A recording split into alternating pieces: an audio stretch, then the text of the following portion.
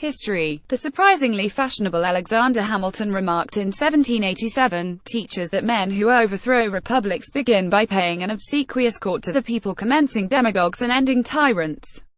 In other words, dictators do not always arrive at the head of columns of troops. When they seize the television stations, they do not send in soldiers but party loyalists who promise to end fake news. They do not need to imprison judges, just pack their courts and rewrite the constitution to make opposition impossible. They win democratic elections, then dismantle democracy. Elected dictators have traits we should have learned after all this time to recognize in advance. They reject the conventions of democratic life. They will do anything to win power and tell any lie to retain it. They do not just want to beat their opponents but to destroy them, and with them the possibility of change. To justify their assaults, they use the language of civil war. When their supporters turn to violence, they approve with winks and nods. When their opponents criticize, they are not citizens exercising their democratic rights but criminals spreading libel or treason, enemies of the people, to coin a phrase. Until the election of Donald Trump, I might have been describing Orbán, Erdogan, Chavez or Putin. Readers would have retained the satisfaction of knowing that authoritarian dictators lied and fixed far away in South America and the old Soviet Empire. Whatever happened, it happened somewhere else and could not happen here. Every serving Republican leader put party before country, endorsing a demagogue they knew was a threat. The greatest of the many merits of Stephen Levitsky and Daniel Ziblatt's contribution to what will doubtless be the ballooning discipline of democracy death studies is their rejection of Western exceptionalism. There are no vaccines in American or, I would add, British culture that protects us, just ways of doing business that now feel decrepit. The alternative history of Philip Roth's The Plot Against America, now selling again for all the obvious reasons, has the pro-Hitler demagogue Charles Lindbergh winning the 1940 presidential election. The U.S. Constitution did not ensure the plot was a fiction. In their time, not just Lindbergh, but Huey Long, Henry Ford and George Wallace could have been contenders, but the Republican and Democratic Party establishments would not give them the chance to run for national office. Imagine how reprehensible their backroom maneuvers would appear in the 21st century. Privileged men in smoke-filled rooms, not that they would smoke today, nor would they all be men, denying the people a choice. Who defends such elitism? Nevertheless, it remains a matter of record that the open primaries, which stopped the establishment blocking the unhinged and the dangerous, allowed Republican members to overrule the party elite and give America and the world Donald Trump. As Levitsky and Ziblatt emphasized, democracy survives when Democratic leaders fight for it. They tell inspiring stories I had not heard before, of conservative and Catholic politicians taking on interwar fascists in Belgium and Finland, rather than their traditional opponents on the left. A readiness to fight your side is not confined to the history books. François Fillon recognized that the preservation of democracy was more important than divisions between left and right when he told French conservatives to vote for Macron rather than Le Pen. Fillon's warning that extremism can bring only misery and division to France helped defeat the Front National.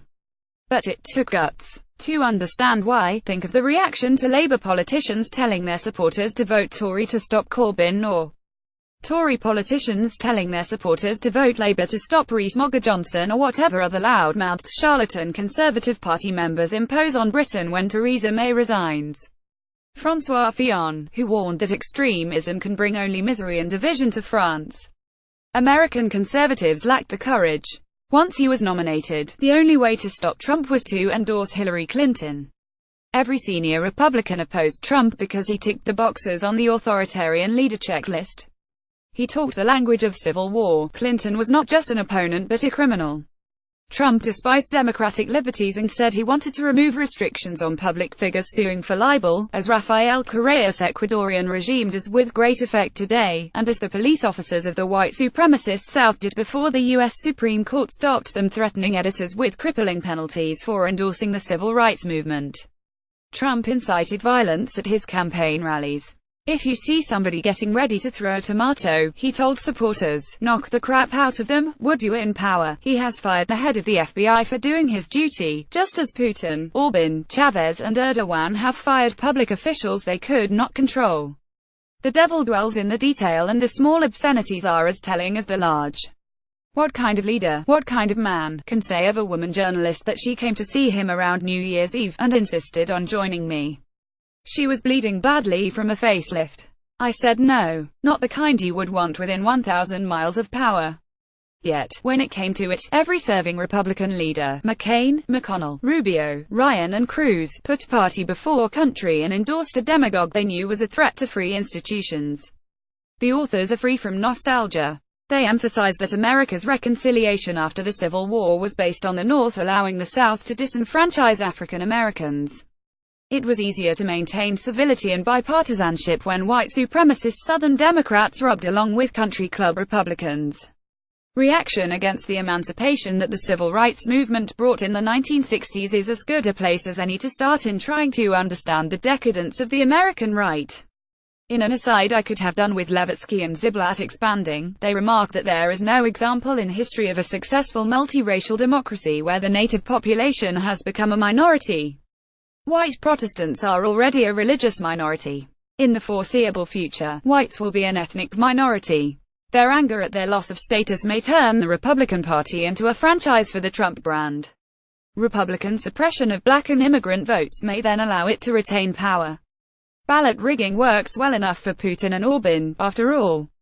You can find grounds for hope in the Republican Party's refusal to allow Trump to silence the Russia inquiry and the president's unpopularity. Maybe America will return to normal. But as the authors of this excellent book, which manages to be scholarly and readable, alarming and level-headed, would be the first to say, there are no guarantees. How Democracies Die. What history tells us about our future is published by Viking, £16.99. To order a copy for £14.44, go to bookshop.theguardian.com or call 0330 333 6846. Free UK PP over £10, orders only. Phone orders min PP of £1.99.